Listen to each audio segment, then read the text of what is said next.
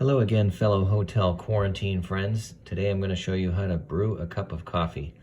I know that seems easy, but if you're in a hotel where they only give you a 12-cup pot-style brewer and these large 12-cup pods, it may seem like there are only two options. The first option is you take the entire 12-cup pod and you brew 12 cups of water, and then drink what you want and take the rest of it and put it away in the refrigerator for storage.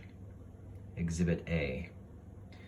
The second most obvious option is to brew the entire 12-cup pod, but only use 12 ounces of water. After your cup is brewed, then you take the original package and put the pod away in the freezer so that you can run 12 ounces of water through it again later.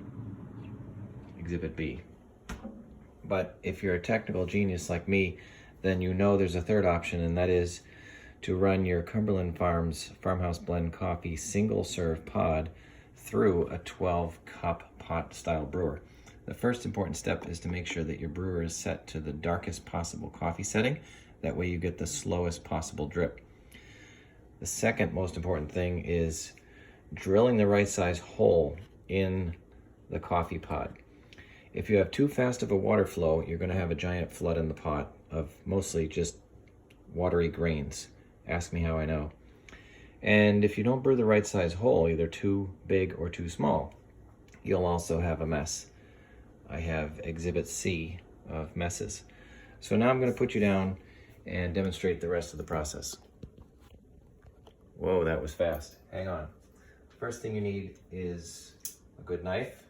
You drill the bottom of the pod first, not the top, because if you drill the top first, all the grains dump out when you drill the bottom. Ask me how I know.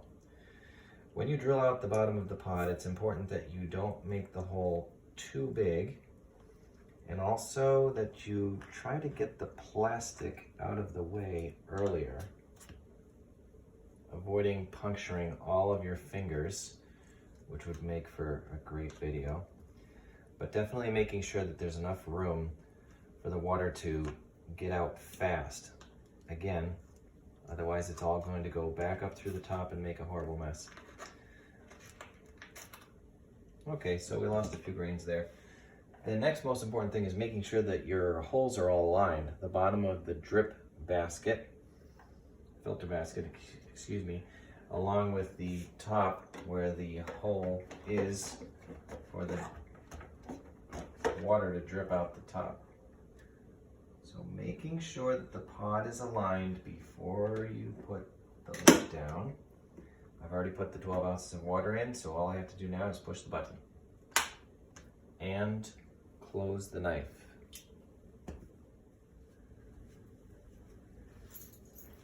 Welcome back. Do you notice anything different? Well, you should, because while the coffee was brewing, I took care of cleaning up the counter and all of my messes. So let's examine what happened with our single serve. Oh, you're gonna love this. Come on over.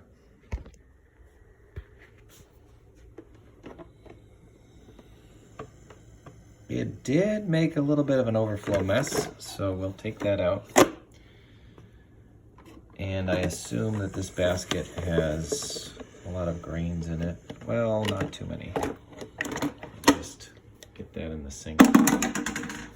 So, now the pot. All right, I do see grains in there.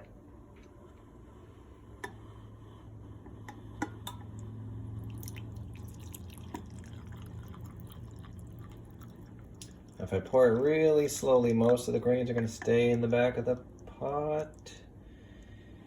And I don't mind a few grains coming down into the cup with me. So, that's a lot of grains. Pretty much the whole single serve pod must have been emptied. But, as you can see, I've got a rich cup of Cumberland Farms Farmhouse Blend, and I don't mind a few grains in the cup.